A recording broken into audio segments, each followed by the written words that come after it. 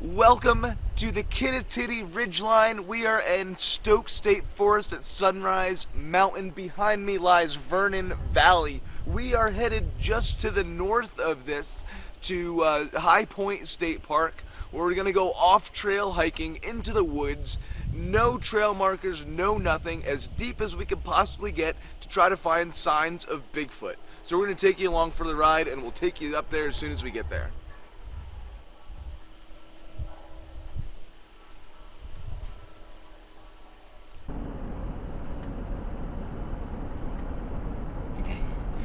So I just read this whole big thing on Bigfoot and migration and why it wouldn't be plausible to have Bigfoot migrate, right? And that's because my theory is that they're nomadic. I think they follow the food, but going to the migratory thing is there's only two land mammals in North America that migrate. That's a pronghorn deer and the bison.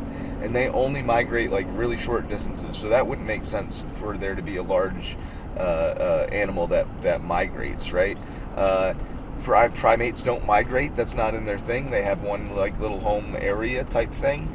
Also, what's interesting enough is if you have a large family group, you would need, in a migration pattern, you would need to have family groups to be able to intermingle, if you know what I mean, and have babies together, right, and procreate. So you would need to have family groups that would migrate together through that migratory path. If you have a large group of large bipedal animals that go through a path, all you got to do from that area is, if we know the time and the area of that area, all you got to do is trap a couple mosquitoes, and boom, we're gonna have Bigfoot DNA in the mosquito, whatever they use it as. So that's a theory and a reason why I think Bigfoots do not migrate. Again, it doesn't make sense, and we would have there would be some disruption with some movements of this large bipedal large animal. It just doesn't make any sense to me. So that's why I think Bigfoot don't migrate. So with your research, your theory of the 3-year cycle kind of isn't what you believe anymore? No, actually, it makes more sense. It kind of rules out the migration thought. Again, we're just taking one philosophy of what Bigfoots do and where they go, if they either stay put year-round or if they go somewhere else year-round. I think they definitely go follow the food, would make sense, like our ancient humans used to do. But a lot of people say they're migratory. A migratory would mean a yearly motion, a yearly travel due to weather patterns. That would mean it would get too cold in New Jersey for Bigfoot to live here, so they would go south, right? Like a snowbird would. That would mean traveling thousands of miles, possibly, without being seen. Now that's possible. You have the Appalachian Trail, which runs 1,200 miles or whatever it does, 1,100 miles throughout the East Coast. So it is possible. However, you would need a herd of Bigfoots to be able to migrate that distance and that far. You would need a group of Bigfoots to be able to roam together. It's migration is a herd movement. So you would see patterns of herd migration, especially as a large apex predator such as a Bigfoot would move through an area, and a lot of them would move through that area. So that's why I think you would definitely see signs if there was migrating Bigfoot somewhere in North America or the United States. The road is very bumpy. We are paralleling a gas line that runs throughout the county. If you've been a fan of the show and you've been following my journey, you know exactly where we're at in High Point State Park. We're along here doing gonna go off trail. We've been off trail here before in a different direction. So we're gonna go the opposite direction today and see if we can find anything. This is a great area. We've recorded howls here before. I'll play them for you now.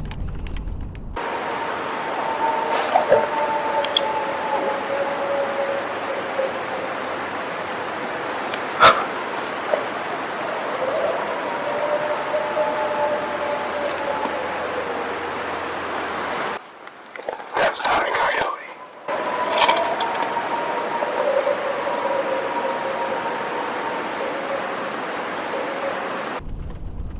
And this is the gas line cut actually right here. Yeah. This is also the same exact spot where we filmed a thermal anomaly, which I'll play for you right now.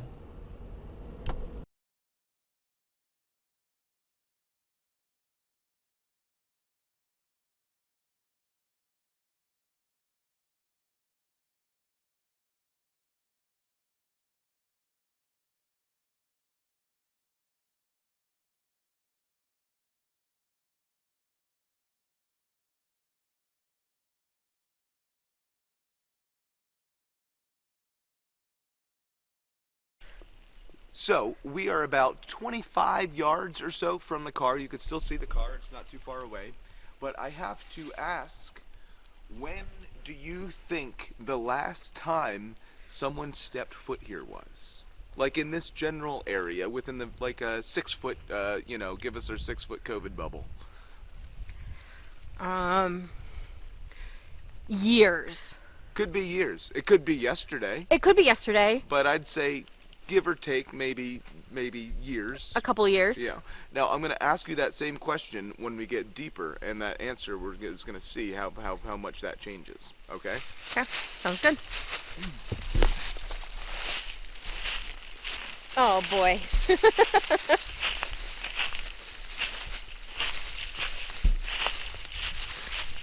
It looks like there's an opening, and I think that's. Oh, look at this thing, the hawk. Just flew away, yeah. I think that's the Mashapakong Ponds Preserve, so I want to try to get out that way. All right. Sounds good. But if you want to get on our email list and see where we've been, where we're going to, Jill, there's a spider on you. There you go.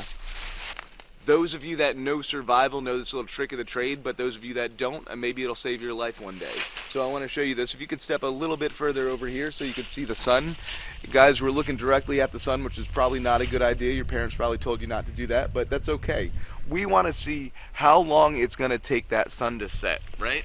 So what we're going to do is we're going to put up our hand just like this, and we have our fingers, 4 fingers. Each finger represents 15 minutes of sunlight, right? So what you do is you put your hand right at the horizon line there, and then you take away however many fingers that you have until the sun shows. Boom.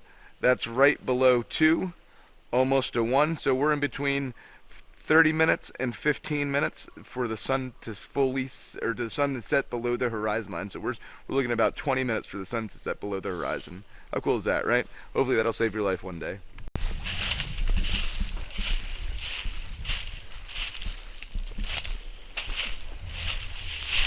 Ow.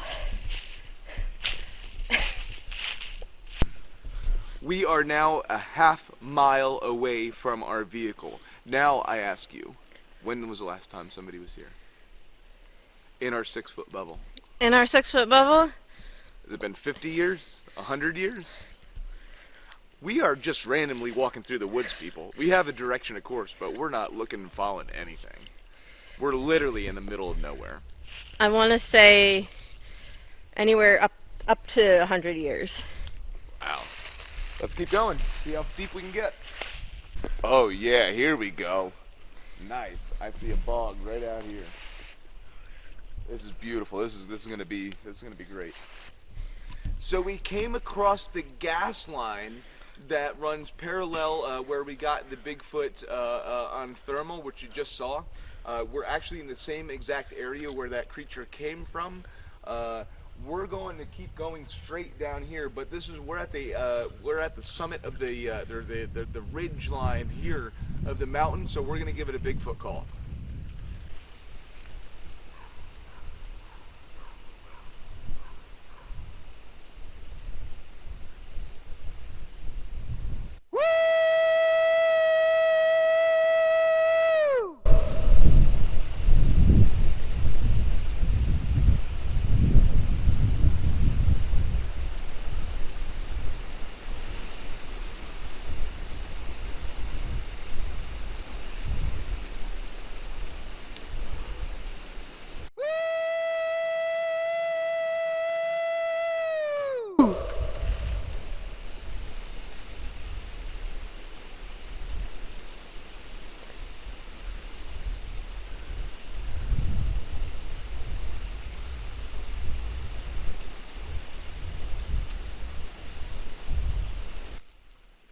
Alright, let's keep going. What was that first, before you did the howls, what was that noise? Bird? Was that a bird? Quack, quack, Yeah. That's a bird, yeah, flying over.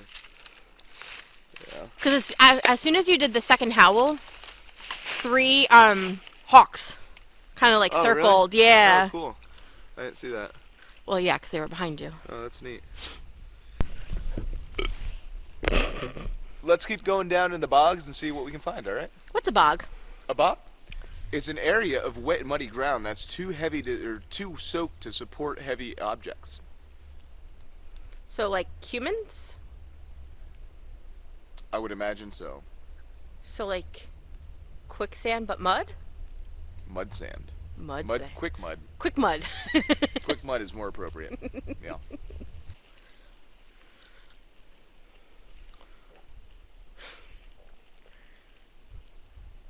Alright, so we're not going to obviously penetrate that, right? The bog's pretty unpenetratable. Straight downhill, isn't it? That, and it's straight downhill, which is why I kind of don't want to go down there. Because that means we'd have to go straight back uphill on the way back. So let's just take this kind of ridge line and go yonder. Do you want to go a little bit further down towards it? Towards the ridge? Do you think that would be beneficial? Being on the side of the ridge going? Yeah. Being on the top? Okay, yeah, let's do that then. Be very careful with that here, hon.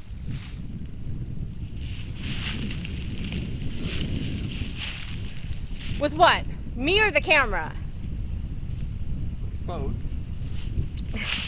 Mainly the camera. It was more specifically the camera, but I mean both of you.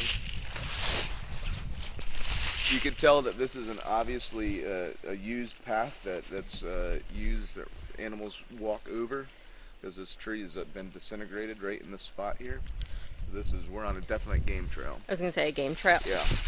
Could this also have just been like tree rot? Could be, and it like could termites and stuff? It could also be bear that have the old Like bear scraping, maybe as well.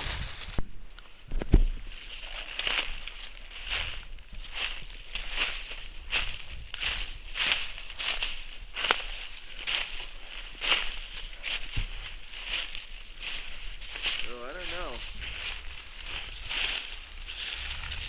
Oh yeah, it's definitely twisted. Look at that. That's 100% twisted. Look at that. That's cool. What would do that? I don't How'd that know. get twisted like that? So the way that the bark is literally at a 180 degree. Yeah, like look, it's like split.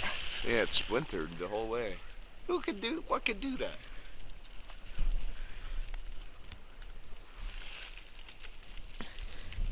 And we know it's old just because of how, like, the tree itself. Let's see that.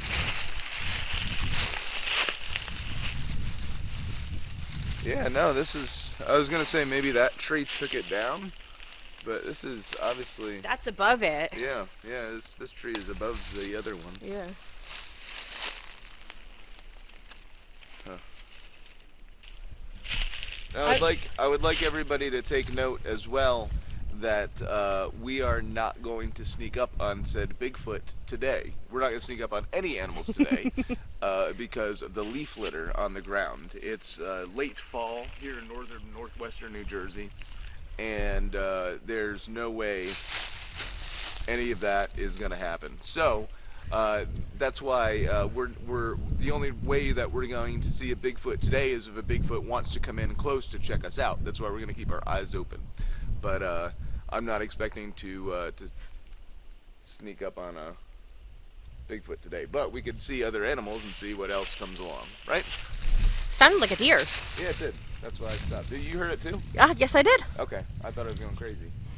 That's why I didn't want to stop talking, to make it seem like I'm crazy, you know? No, I heard it. Okay, well, let's go that way.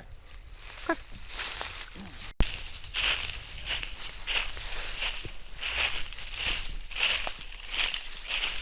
Here we go. What did you stumble upon?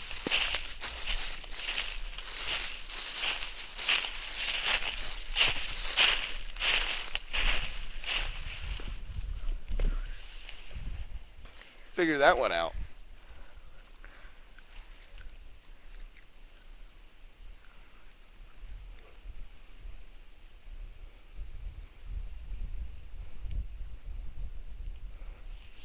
Any ideas? I don't think it was... Personally, I don't think it's humans. I don't think it's humans. Why would we're too far off trail for I was going to say, human we're do too this. far off It to doesn't make be... sense. No human. And I don't think it doesn't look like anybody would have set up like a tree stand to be like hunting out here. But that wouldn't even signify anything with like I mean. No, I'm just saying in general, you know. Yeah. Maybe they were like piling it for like firewood or something if they were out here to tree hunt, but I can't see any owl. Yeah, you heard it? Yeah. Do a barred owl? It's not a barred owl. It's just a regular owl? It's a different kind of owl.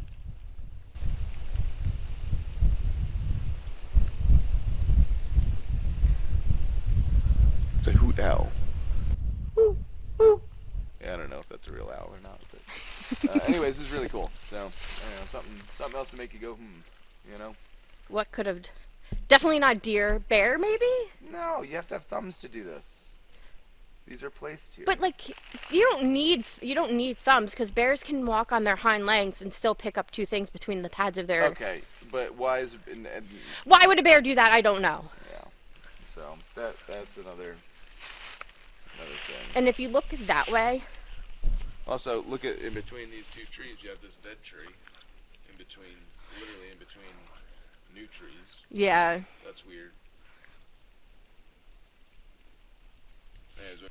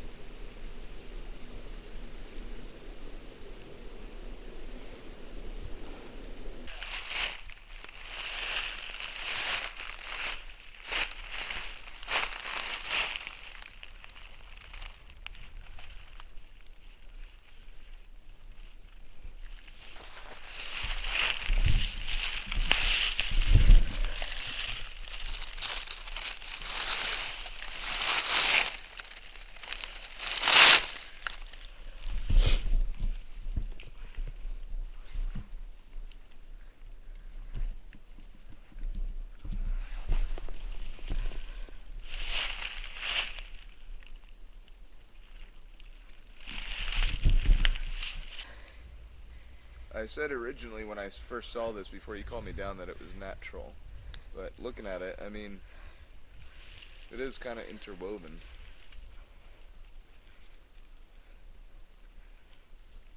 It'd be weird to... But why would somebody do that? Why would even a Bigfoot do this? To provide shelter? No way. To mask that they were hiding here? Maybe. Because if you get down low, I mean, you get down low enough, and you're brown. Yeah. You're gonna blend in not only with the leaves, but with the tree, with the trees. Primitive blind, huh? And you have like multi exit points available to you if in case something else did come up on you. Thought I saw something down there. Something looks really dark. I don't know if y'all can see it. Yeah, you see it in the camera in the center screen. Just a tree bark or tree. Just the tree in the middle. Yeah, it's kind of suspended, but Yeah, I think it's actually a branch. I don't think that's a root system. I think that's a branch from that tree because it's the same type of tree. So I think it just kind of fell funky.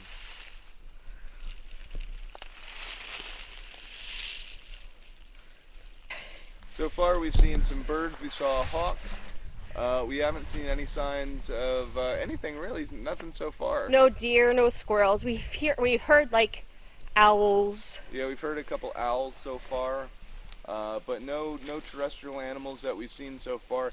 But you have to realize at the same time, High Point State Park is a huge park. It's finding wildlife here is not like looking for a squirrel in your backyard type of thing. The wildlife is so dispersed here, finding a squirrel is like finding a needle in a haystack. So that's very important to keep in mind as well. We're going to do a perfect loop. Look at that. You want to show the people? Nope. Look, I know what I'm doing. Now, you don't want to show people live where you're at because if someone's like stalking us, they could come and find us and... We'd be gone by the time they got here. Well, you never know, but potentially speaking, they could mess with us if they were in the area. So that's why we don't show anybody where we're at exactly live.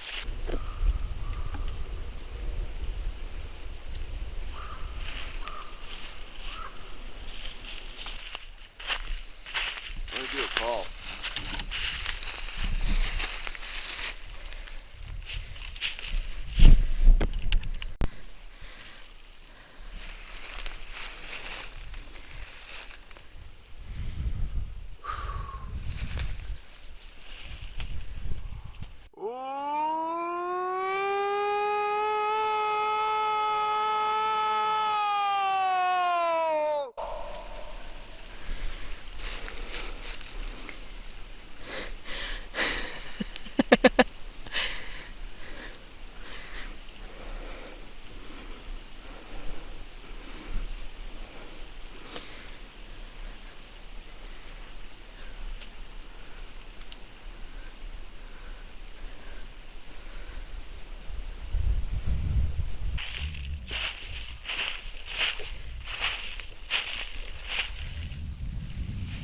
Trying to pick up the trash.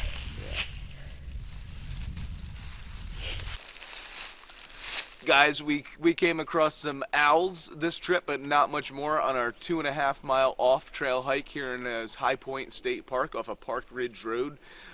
We came across some possible structures, which are very ambiguous at best. But nonetheless, it's a beautiful November day here in northwestern New Jersey, and we took full advantage of it. And I would hope that you guys would do the same next beautiful day that you have. Signing off for In the Shadow of Big Red Eye, my name is Mike Familott. We'll see you next week here on In the Shadow of Big Red Eye.